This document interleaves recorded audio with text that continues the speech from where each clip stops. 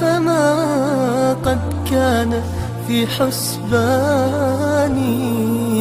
أن يأتي يوم محزن وأرى به أمي تودعني بلا استئذان.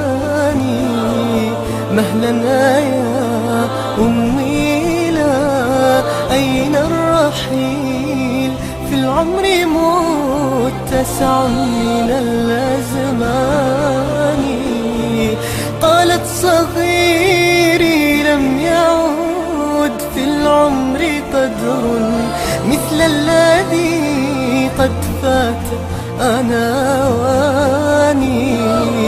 هيا بني إلى جناحك ضمني، وانظر إلى قسمات وجه العاني. من هذه الدنيا ومن أزماتها، مما رأيت بها من الأحزان. في حينها ألقت بوجهي نظرة، ورأت دموع العين في جرياني.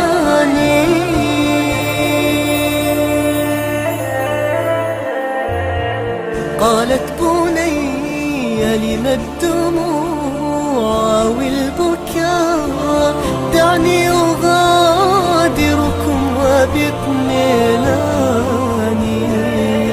كف دموعك يا بني، وقبلت رأسي وقالت حينها بحناني: لا تنس أمك من دعائك، إنها تحتاجه، وارجوك لا تنساني.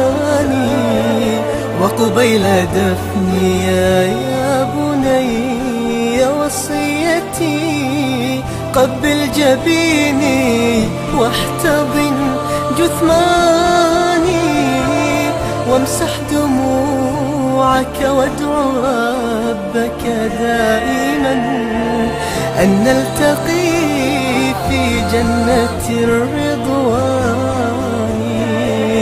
أن نلتقي في جنة الرضوان.